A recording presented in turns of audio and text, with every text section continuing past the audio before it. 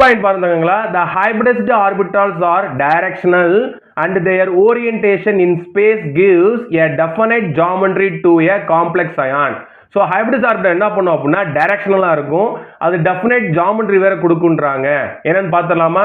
Coordination number, hybridisation, geometry. So என்ன coordination நம்பருக்கு என்ன ஹைபிரிடைசேஷன், அது என்ன ஜாமெட்ரியா இருக்கும் அப்படின்னு பார்க்கலாம். புக்கில் அதோட எக்ஸாம்பிள் கொடுத்துருப்பாங்க, அதை நான் மென்ஷன் பண்ணல, நீங்கள் புக்கில் பார்த்துக்கோங்க. அதை இந்த 3 ரொம்ப முக்கியம். இப்போ கோஆர்டினேஷன் நம்பர் 2 இருந்துச்சு அப்படின்னா உங்களுடைய ஹைபிரிடைசேஷன் என்னவா தான் இருக்கணும்?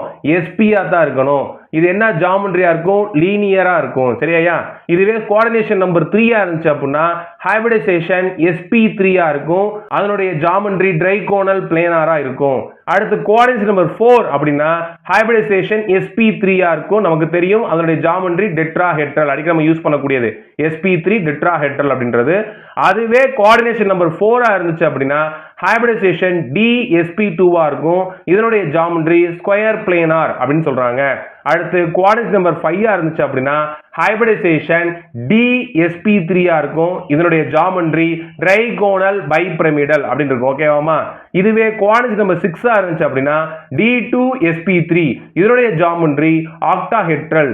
அதுவே கோஆர்டினேஷன் நம்பர் 6 இருக்கு அப்படின்னா இதனுடைய ஹைபிரிடைசேஷன் sp3d2 இருக்கலாம், அதனுடைய ஜாமெட்ரியும் ஆக்டாஹெட்ரல். இது ரெண்டுக்கும் ஒரு சின்ன டிஃபரன்ஸ் இருக்கு, என்னன்னு பின்னாடி பார்க்க போறோம். சரிங்களா?